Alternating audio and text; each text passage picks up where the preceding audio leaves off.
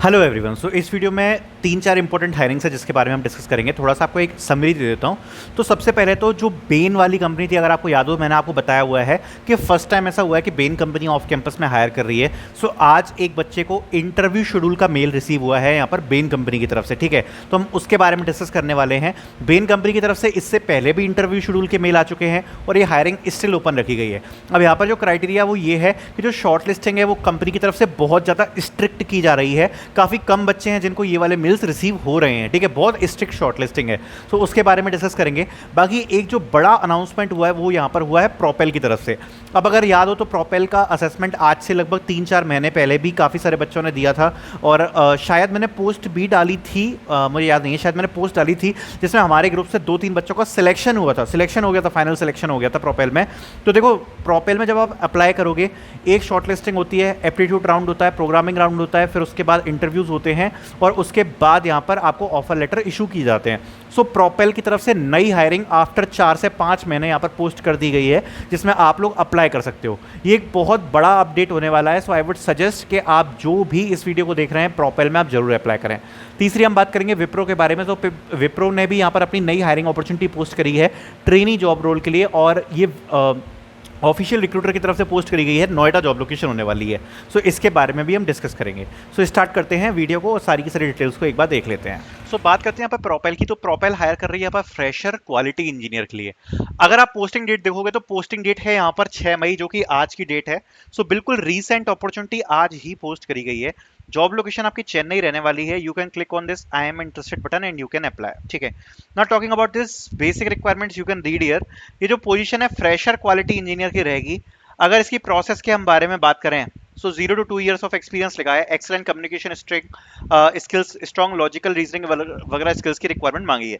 सबसे पहले what you need to do is you need to upload your resume. ठीक है, अपना जैसे ही आप अपना रेज्यूम अपलोड करोगे, रेज्यूम अपलोड करने के बाद then you will fill your all the basic details. ठीक है, ये सारी बेसिक डिटेल्स आपको फिल करनी है और इन सारी बेसिक डिटेल्स को फिल करने के बाद आप यहाँ पर अपनी प्रोफेशनल डिटेल्स, टोटल एक्सपीरियंस वगैरह इस सब को आप फ्रेशर की तरह ही भरोगे। ठीक है, फ्रेशर की तरह भरने के बाद और अपन नीचे आते हैं, ये सारी चीजें आपको फ्रेशर की तरह फिल करनी है और आपको ये सबमिट करनी है एप्लीकेशन। ठीक है, इसका जो प्रोसेस होता है, इसका प्रोसेस आपको एक बार बताना चाहता हूँ। सो इसका जो प्रोसेस होता है, इसके प्रोसेस में यहाँ पर सबसे पहले आपकी ये जो एप्लीकेशन है वो आपको देखने को मिलती है, राइट।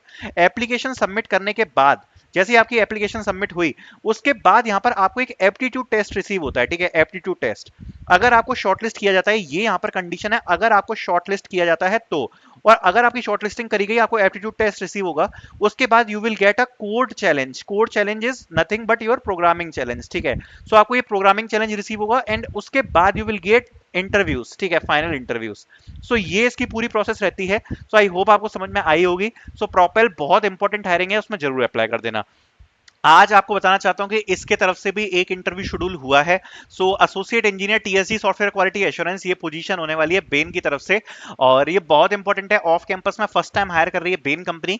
सो इसमें आप अप्लाई कर सकते हैं। क्वालिफिकेशन में 0 to 1+ ईयर ऑफ एक्सपीरियंस की रिक्वायरमेंट मांगी है।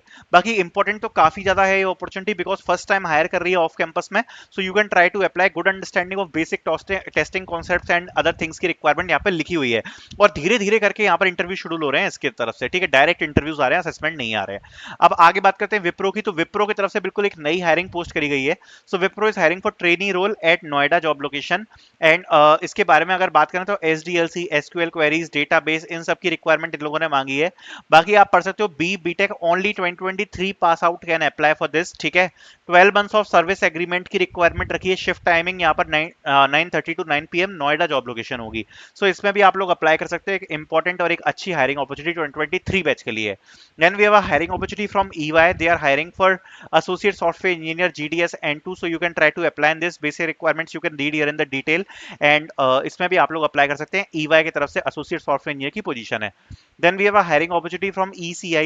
So ECI is hiring for associate software engineer. So you can try to apply। 5 मार्च को पोस्ट करी गई, बिल्कुल recent है। 0 to 2 years of relevant experience in SQL वगैरह में रिक्वायरमेंट मांगी है।